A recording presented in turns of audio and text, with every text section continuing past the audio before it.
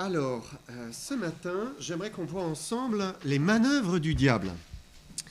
Donc, vous connaissez ce verset, il est affiché derrière moi, qui dit « Car nous n'avons pas à lutter contre la chair et le sang, mais contre les dominations, contre les autorités, contre les princes de ce monde de ténèbres, contre les esprits méchants dans les lieux célestes. » Et Dieu nous rappelle que nous n'avons pas à lutter, la chair et le sang, c'est les hommes en fait. On n'a pas à lutter contre les hommes. Et parfois, c'est vrai qu'on peut être la cible de personnes qui ne nous aiment pas, voilà, qui peuvent nous prendre en grippe. Parfois, on ne sait même pas pourquoi. Il y a des tensions, il y a un rejet, il y a une haine. Et Paul nous rappelle ce principe important, c'est que lorsque quelqu'un nous attaque, le combat n'est pas contre cette personne qui nous attaque, mais souvent le problème vient d'en haut. Il vient du monde invisible, en fait. Ce verset nous apprend qu'il y a des autorités, il y a des princes de ténèbres, des esprits méchants dans les lieux célestes. Ça signifie que toute l'humanité, sans exception, peut subir une influence spirituelle. C'est une réalité. Ça ne veut pas dire à chaque instant, tout le temps, tous les jours. Mais Dieu nous dit qu'il y a réellement des esprits méchants, puissants, mauvais, qui agissent pour venir troubler, tourmenter, exciter, attaquer les hommes. Et ce n'est pas une agression forcément directe. La plupart du temps, ces esprits méchants vont exciter des hommes contre d'autres hommes. Et donc, vous êtes victime, vous dites, mais pourquoi il y a cette haine vis-à-vis de moi? Mais non, en fait. C'est que, on est en train de les exciter contre vous. Que ce soit un voisin, un collègue, une connaissance, parfois même dans la famille. Et l'histoire que nous allons lire ce matin, c'est celle de Rabshakeh et Ézéchias. Donc d'un côté, il y a Rabshakeh, c'était l'officier principal de l'armée du roi d'Assyrie. Et de l'autre, Ézéchias, un roi de Juda, un roi qui était fidèle, qui aimait le Seigneur, il aimait l'Éternel. Donc pour le contexte, l'Assyrie voulait dominer tout Israël, donc ils avaient bien dominé tout le royaume du Nord, mais au sud, donc Juda et Ézéchias, voulaient repousser et résister à l'envahisseur. Alors Ézéchias était un roi qui était extraordinaire, vraiment quelqu'un d'exceptionnel. Et pour introduire, j'aimerais juste qu'on lise un passage dans le livre des rois qui nous parle d'Ézéchias. Donc c'est 2 Rois 18, versets 3 à 7. Et nous lisons, donc Ézéchias, fit ce qui est droit aux yeux de l'Éternel, entièrement comme avait fait David, son père. Il fit disparaître les hauts lieux, brisa les statues, abattit les idoles, et mit en pièces le serpent d'airain que Moïse avait fait, car les enfants d'Israël avaient jusqu'alors brûlé des parfums devant lui. On l'appelait Nehushtan. Il mit sa confiance en l'Éternel, le Dieu d'Israël. Et parmi tous les rois de Juda qui vinrent après lui ou qui le précédèrent, il n'y en eut point de semblable à lui. Il fut attaché à l'Éternel, il ne se détourna point de lui. Il observa les commandements que l'Éternel avait prescrits à Moïse. Et l'Éternel fut avec Ézéchias, qui réussit dans toutes ses entreprises. Il se révolta contre le roi d'Assyrie et ne lui fut plus assujetti. Donc là, vous avez un résumé de la vie d'Ézéchias, de ce roi de Juda, vraiment fidèle, au point qu'il est comparé même au roi David. Et donc son cœur était entier pour Dieu. Alors il fit disparaître les hauts lieux, il brisa les statues, il abattit les idoles. Dieu déteste que l'homme se prosterne devant des statues et qu'il lui adresse des prières. Dieu déteste cela. L'idolâtrie, dans la Bible, c'est clairement une abomination.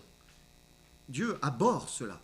Et c'est pour cela que dans les 10 commandements de Moïse, le 3e commandement dit « Tu ne te feras point d'image taillée, ni de représentation quelconque des choses qui sont en haut dans les cieux, qui sont sur la terre, plus bas que la terre, et tu ne te prosterneras point devant elles. » Dieu ne veut pas cela. Ézéchiel a pris la parole de Dieu au sérieux, et dans son règne, voilà, toutes les idoles, il est fracassé. Ézéchias a fait autre chose. On a lu qu'il a mis en pièces le serpent d'airain que Moïse avait fait. Vous vous souvenez, dans le désert, lorsque les Israélites ont traversé le désert, Dieu avait dit à Moïse de faire un serpent d'airain et de l'élever sur une perche, et que s'il regardait le serpent d'airain, alors eh bien, il serait protégé de la morsure de serpents qui était là dans le désert et qui commençait à mordre et à tuer le peuple d'Israël. Et donc il y avait une image de Jésus-Christ derrière, eh bien, voilà, celui qui a été fait péché pour nous, qui a été mis sur une croix. Voilà, c'est l'image de notre Seigneur Jésus. Mais ce serpent d'airain, c'était bien un objet physique, il l'avait gardé, il l'avait conservé. Et le problème, c'est qu'ils en avaient fait une relique. C'était une des premières reliques, en fait. Et voilà, et on commençait à se prosterner devant Méhushtan, et on lui offrait des parfums, et on faisait brûler de l'encens. Dieu ne voulait pas ça. Dieu veut qu'on l'adore, lui, le Seigneur, l'Éternel, en esprit, en vérité, directement, et certainement pas derrière un objet quelconque. Et donc, Ézéchias a été fidèle, il a détruit aussi ce serpent. Donc vraiment, il était intègre, il faisait tout ce qu'il fallait pour plaire à Dieu, et l'Éternel était avec lui. Mais pourtant, Ézéchias va devoir faire face ici à une attaque diabolique, une attaque de l'ennemi dans les lieux célestes. Et cette attaque, elle va se faire au travers de Rabshaké, donc l'officier du roi d'Assyrie, Sennachérib.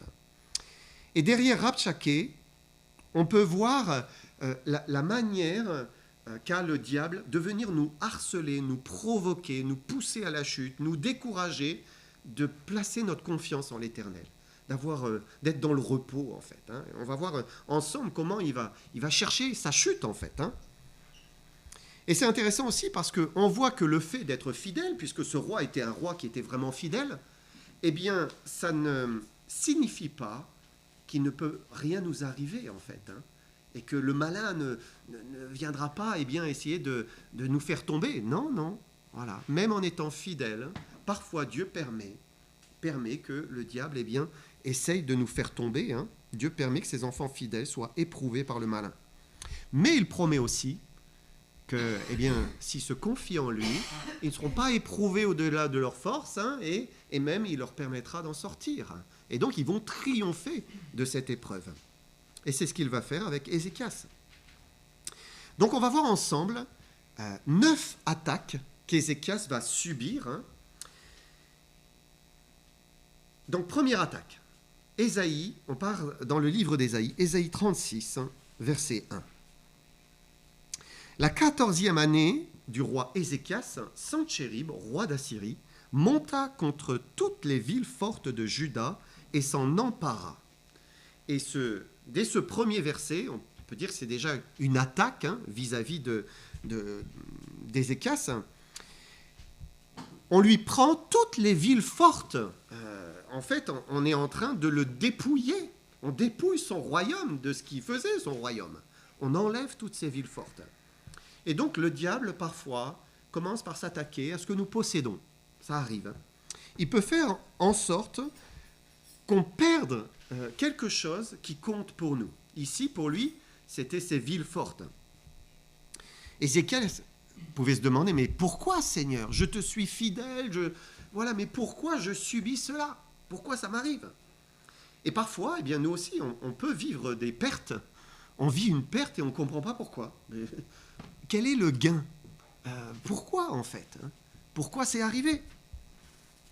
Et peut-être que c'est un moyen de voir si nous sommes attachés plus à celui qui donne qu'à la chose en elle-même. Est-ce qu'on va continuer à faire confiance au Seigneur malgré cette attaque, malgré cette perte? Deuxième attaque. On continue notre chapitre 36 et on va lire verset 2 d'abord.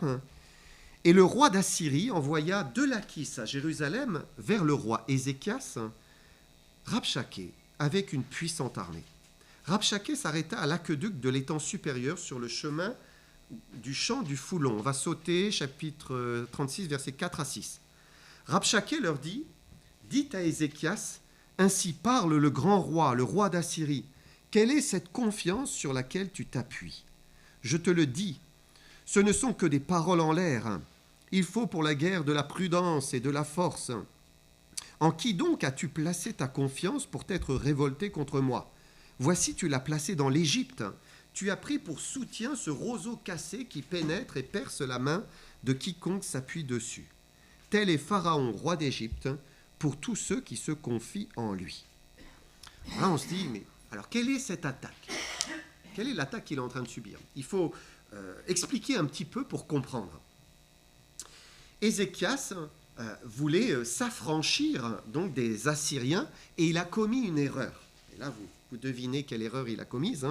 Son erreur, c'est d'avoir demandé de l'aide à l'Égypte. Et il n'a pas reçu une armée égyptienne. Non, en fait, il a demandé des chevaux, peut-être pour équiper sa propre armée et pouvoir mieux se défendre.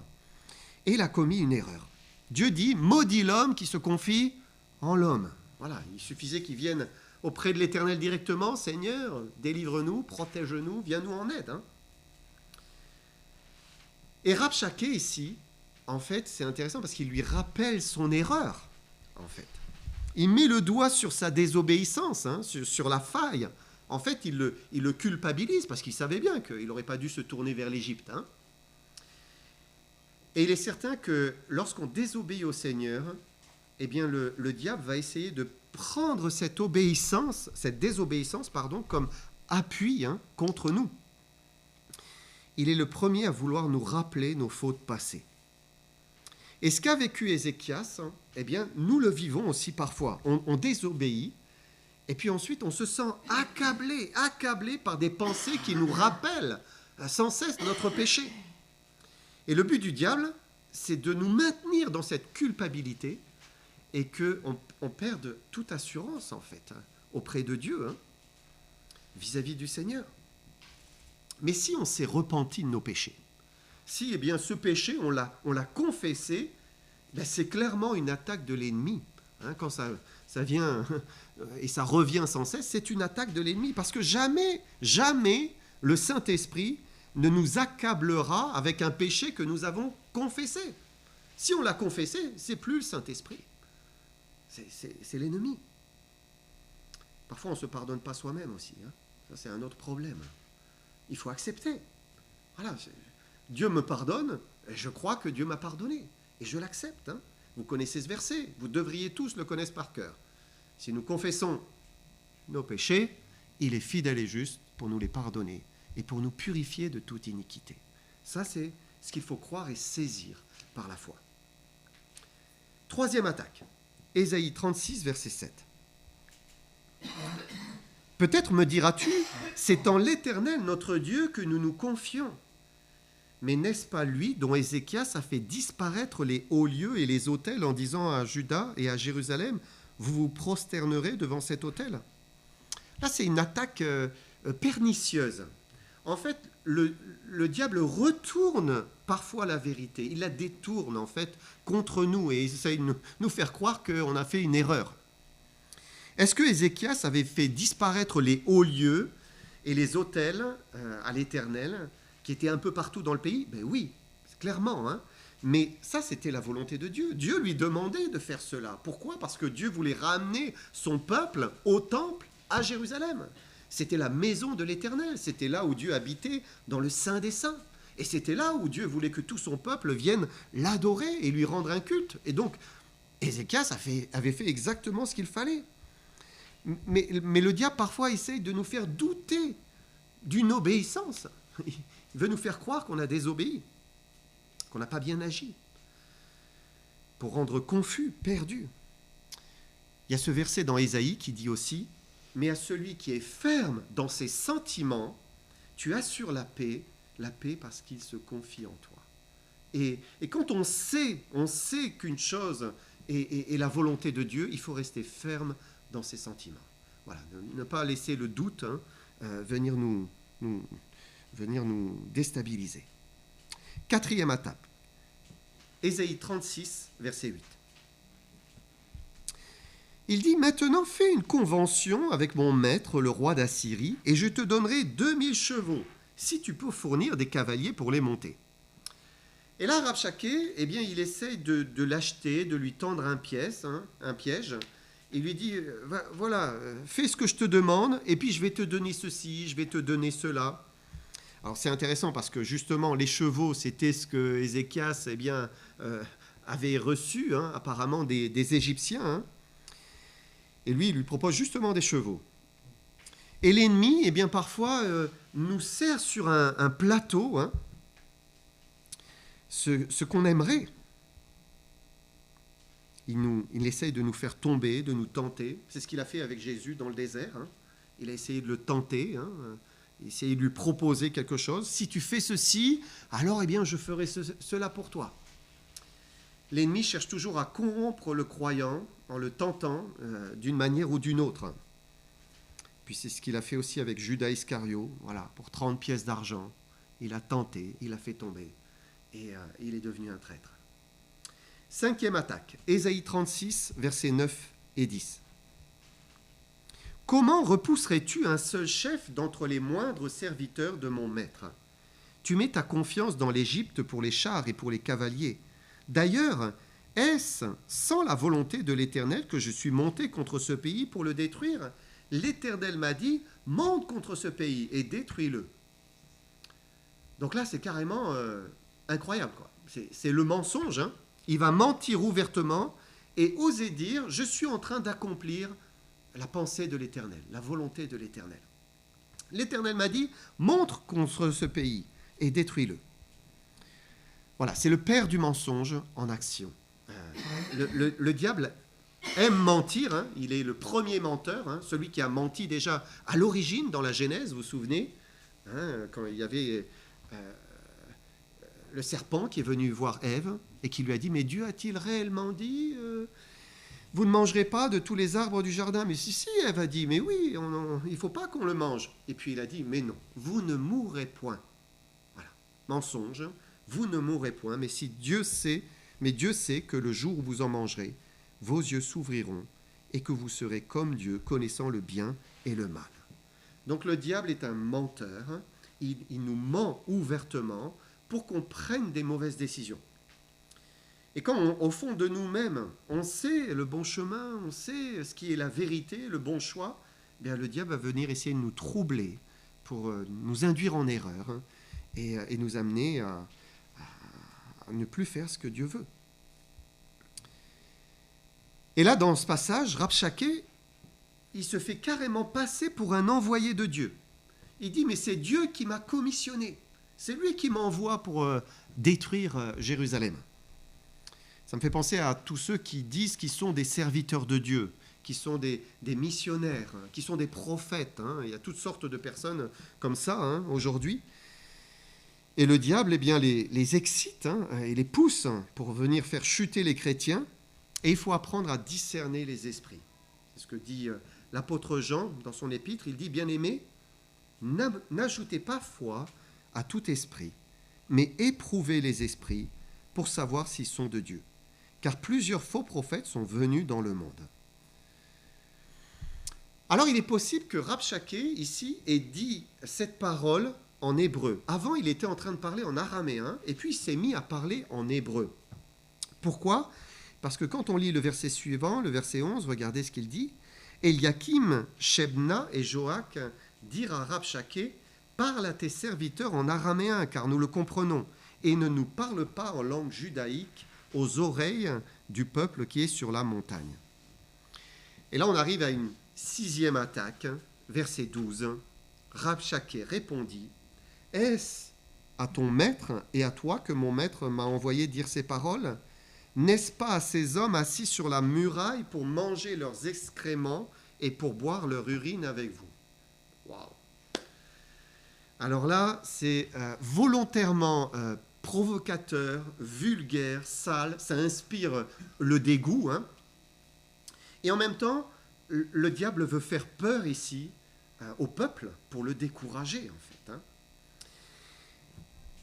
Et ce qu'il est en train de faire, c'est leur dresser un futur sombre. Il dit, mais regardez ce qui va se passer. Ça arrive probablement pas là, en ce moment, mais voilà ce qui va se passer. Il est en train de leur dire, vous n'avez aucun espoir. Pourquoi ? Parce qu'ils étaient en train de faire un siège de Jérusalem. Et donc, ils se disaient, c'est une histoire de temps. Et puis, ils vont finir par ne plus rien avoir à boire et ne plus rien avoir à manger. Et donc, leur fin sera dramatique, humiliante, horrible. Le diable cherche souvent à nous affecter en nous dressant un futur qui est sombre, ténébreux. Il vient nous mettre des pensées, où parfois il nous attaque au travers de personnes en nous disant on n'y arrivera pas, c'est impossible. Il veut nous décourager et tuer notre espérance. Quelle est la vérité? La vérité, c'est que lorsqu'on connaît le Seigneur, lorsqu'on l'a accepté comme son sauveur personnel, nous n'avons pas un futur qui est sombre et mauvais. Non, pas du tout. Notre futur, c'est dans le ciel. C'est être inscrit dans le ciel. Notre futur, il est lumineux, il est glorieux en fait. Alors peut-être qu'on est dans une vallée sombre en ce moment, c'est vrai, on traverse des vallées qui sont sombres, mais voilà, on en sort toujours avec un Seigneur qui est ressuscité, qui est la vie. Et donc, Ézéchias et Judas subissaient encore une attaque du malin. Et c'est intéressant parce que Rabshakeh pensait qu'il n'avait plus rien à manger, plus rien à boire, mais il est possible qu'Ézéchias avait déjà prévu en fait un futur siège. Pourquoi ? Parce qu'on a retrouvé un tunnel qui sort de Jérusalem, qui fait 533 mètres de longueur, donc ça a été creusé dans la roche, et par ce tunnel, c'était possible d'aller chercher de l'eau et d'aller chercher de la nourriture et donc d'être ravitaillé. Et donc il y avait encore une espérance pour eux. 7e attaque, Ésaïe 36, versets 13 à 15. Puis Rabshakeh s'avança et cria de toute sa force en langue judaïque. Écoutez les paroles du grand roi, du roi d'Assyrie. Ainsi parle le roi, qu'Ézéchias ne vous abuse point, car il ne pourra vous délivrer.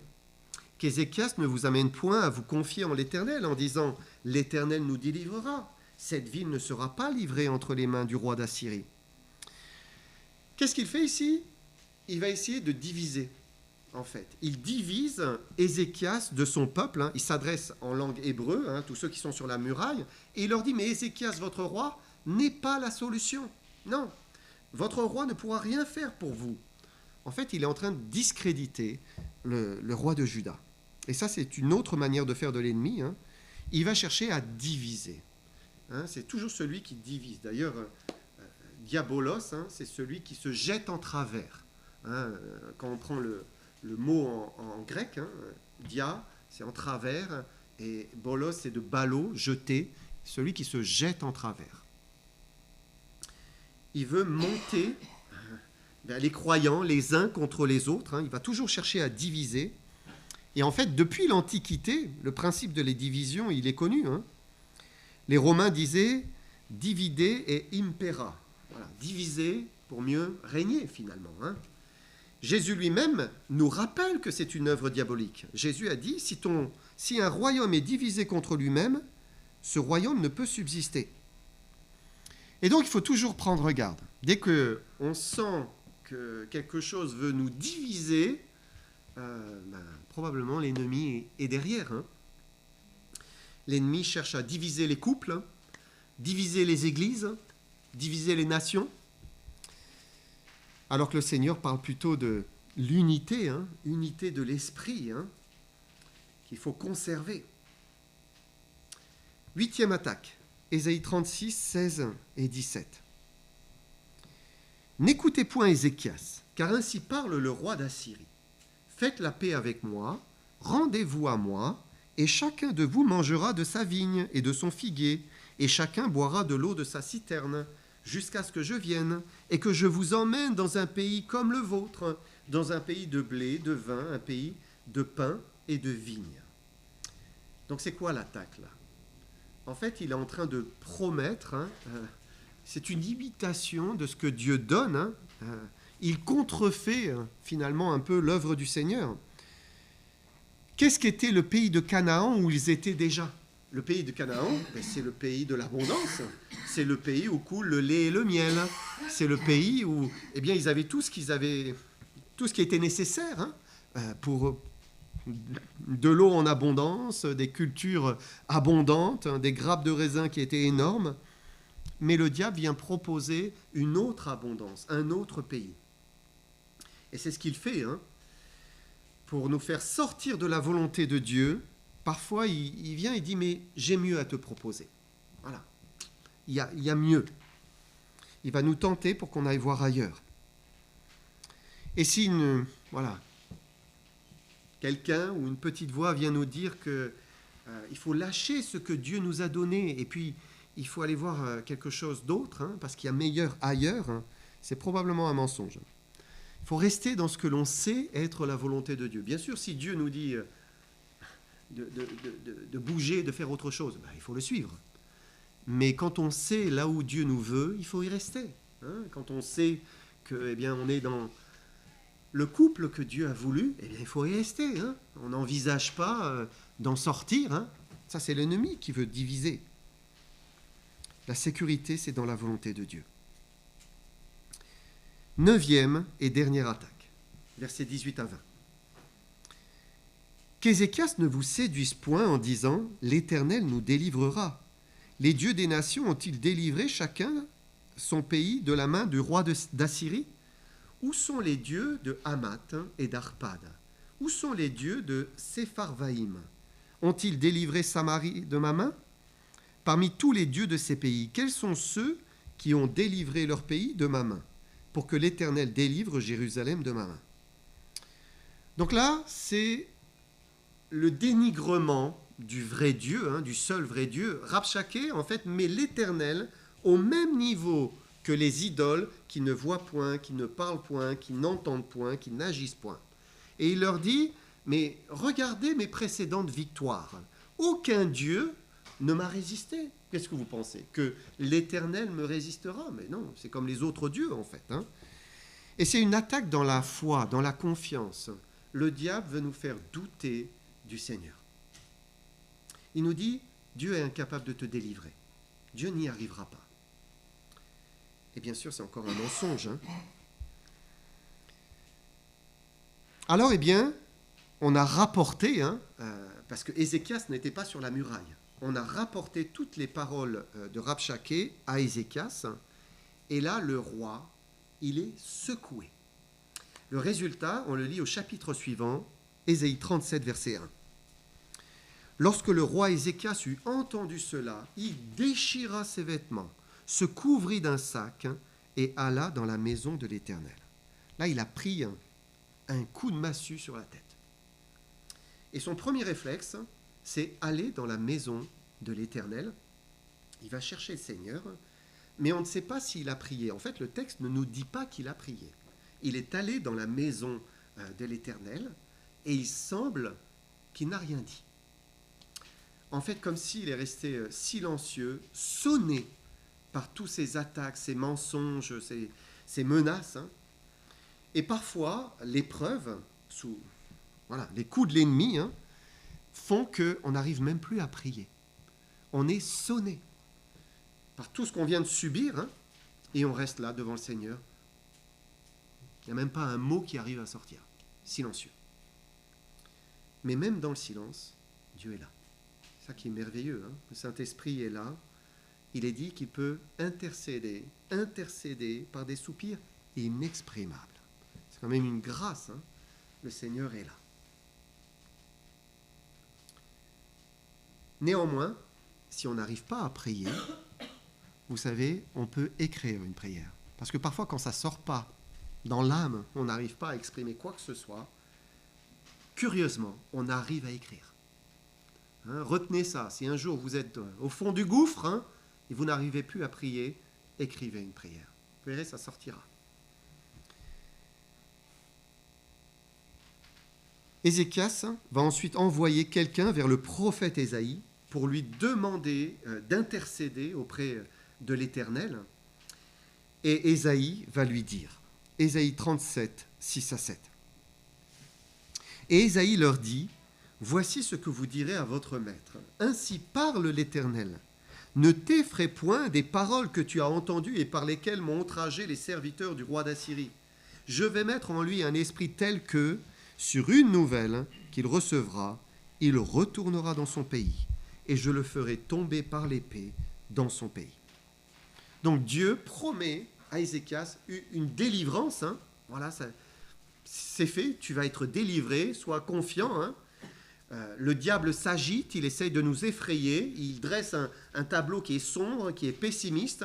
Il essaye de détruire notre confiance dans le Seigneur, mais Dieu est fidèle. Dieu reste fidèle. Et il nous laisse dans sa parole des promesses qui nous aident justement à traverser ces moments, ces vallées qui sont sombres, des promesses qui sont solides, qui sont vraies, qui sont puissantes. Et Dieu fait ce qu'il dit. Il est fidèle. Il faut les serrer dans son cœur.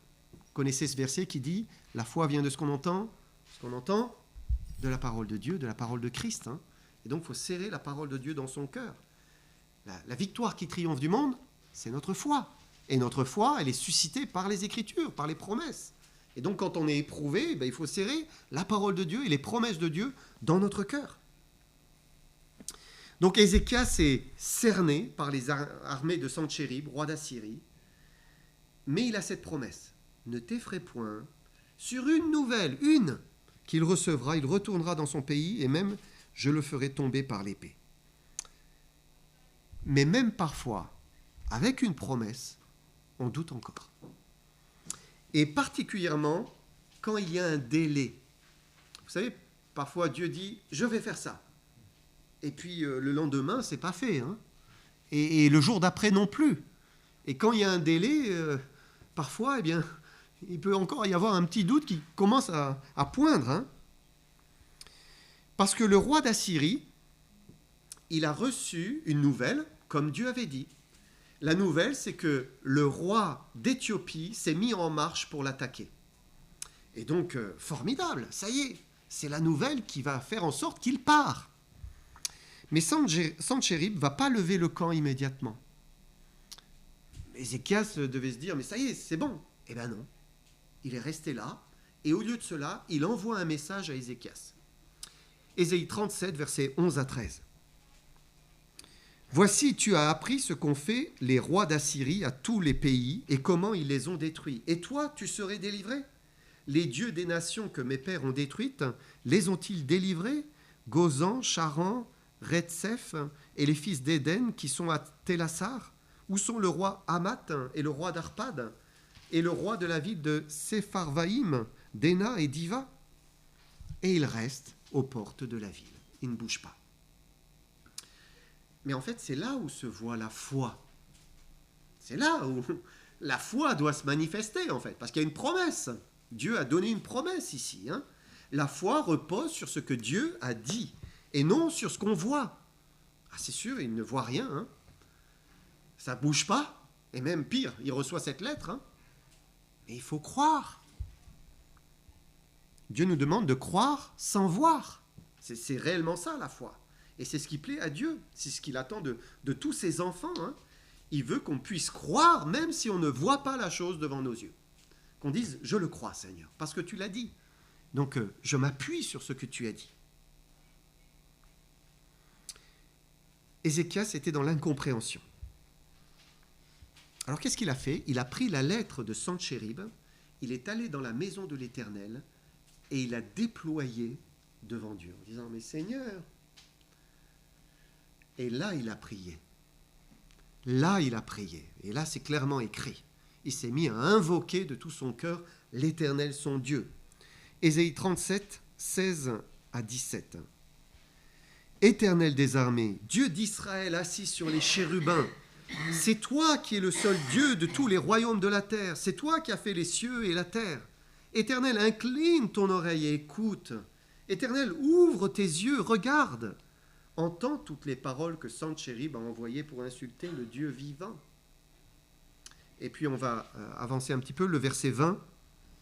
Maintenant, Éternel, notre Dieu, délivre-nous de la main de Sennachérib, et que tous les royaumes de la terre sachent que toi seul es l'Éternel. Et Dieu va lui faire dire, j'ai entendu. Ça va être très clair. Parce que Dieu aime quand on vient à lui, qu'on répand son cœur devant lui, qu'on dit « Seigneur, j'ai besoin ». Il veut qu'on exprime ce qui est dans notre cœur, qu'on lui dise « Seigneur, j'ai besoin de toi, viens-moi en aide ». Et c'est aussi pour cela que Dieu permet des attaques du diable, pour qu'on vienne à lui, pour qu'on espère en lui, pour qu'on cherche sa face. Pour conclure, lisons la fin de l'histoire. Ésaïe 37, versets 36 à 38.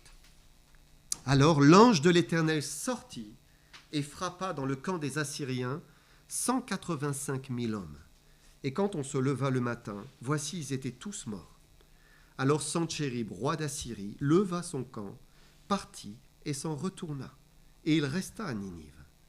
Or, comme il était prosterné dans la maison de Nisroch, son dieu, Adramélec et Sharezer, ses fils, le frappèrent par l'épée et s'enfuirent au pays d'Arara. Et Essar-Hadon, son fils, régna à sa place. Fin de la menace. Dieu a exaucé.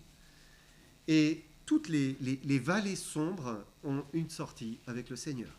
C'est certain.